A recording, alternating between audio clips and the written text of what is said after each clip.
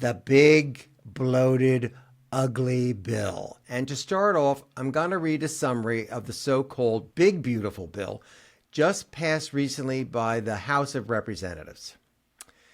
House members looking for an excuse to oppose the Republicans' so-called One Big Beautiful Act were handed plenty of opportunities. The Congressional Budget Office, for example, delivered a brutal assessment of the party's far-right reconciliation package on Tuesday night. Hours later, investors and the bond market offered a similar verdict as GOP policymakers prepared to add trillions of dollars to the national debt. Growing concerns about government borrowing costs sent markets tumbling. What's more, to the extent that the party cares about public attitudes, the Republicans' bill is filled with wildly unpopular provisions. As Democratic Senator Brian Schatz of Hawaii told the Wall Street Journal, "It's like this was designed in a lab to piss off the maximum number of people." This was taken directly from the Maddow blog authored by Steve Bannon. The big, bloated, ugly bill. Fiscal conservatives, Freedom Caucus, lowering the debt. Well, that's the mixed bag that we're getting with this horrible, big, bloated bill that they have the nerve to call Big, Beautiful Bill. It is terrible. It is a wish list for no regular, ordinary American. It's just a big bunch of BS, and I'd like to say that the Republicans are putting a poster on their head saying, "Don't elect me in the next election because I took your Medicaid benefits from you, I took SNAP benefits from you, and I took any other kind of benefit, which we call entitlements, which are not really entitlements, but we have an obligation in this country, or so I thought.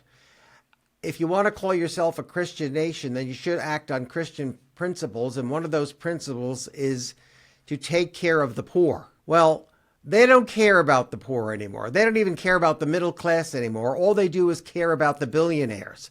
And it gives the billionaires huge tax breaks. It makes these tax breaks permanent. I don't know how you do that because you can always pass another bill. That to this day mystifies me.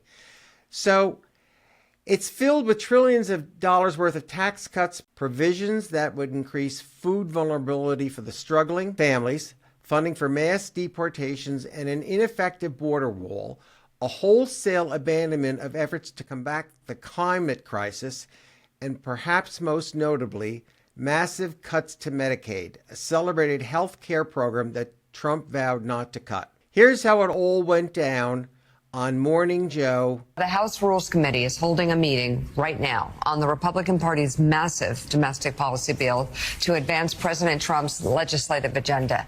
The lawmakers convened at a 1 a.m. hearing to process and debate any changes to the legislation. More than 500 amendments have been submitted to the committee, most of them from Democrats. This meeting comes after President Trump visited Capitol Hill yesterday to pressure some party members to get on board with the bill.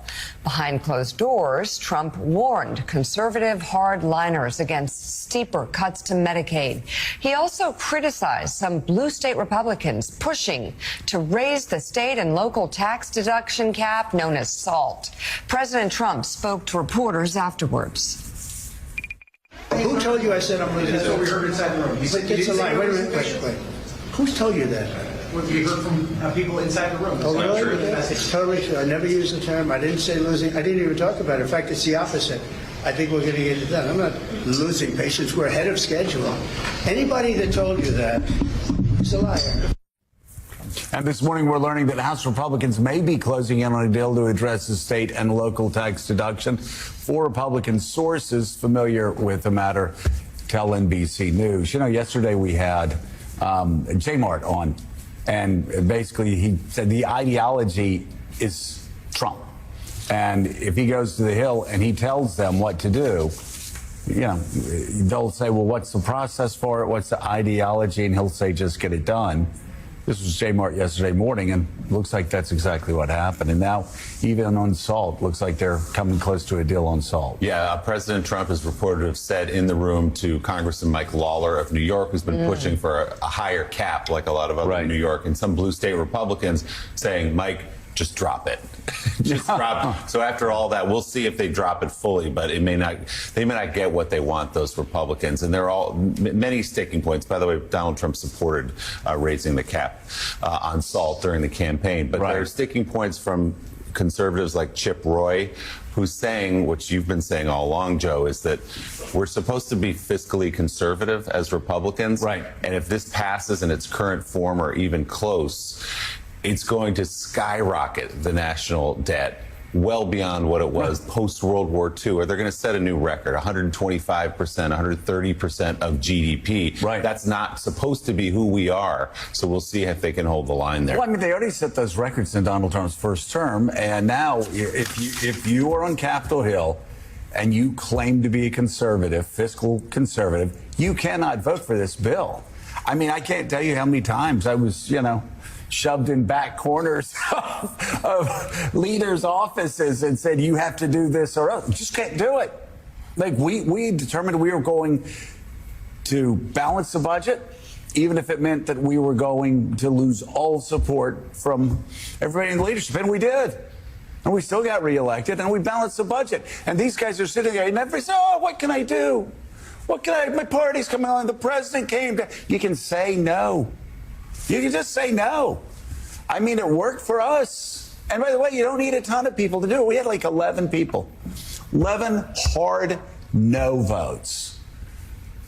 And there aren't 2 or 3 people that don't want to add, like, that are going to go along with adding $10-20 trillion to the national debt. I'm telling you, the crisis that's going to ensue from this fiscal insanity over the past 20 years, I've got to say, pushed mainly when Republicans are in office, if you add up the numbers, we're going to come to a cliff, we're going to fall over, and it's all going to come back to this vote. This is the time they have to get serious. Moody's is downgrading us. You've got Ray Dalio and others on Wall Street warning it's much worse than you think it is. Dimon, too. Jamie Dimon's getting a little warning. This is not a close call. $37 trillion going toward $38 trillion. Promises made, promises kept. Really?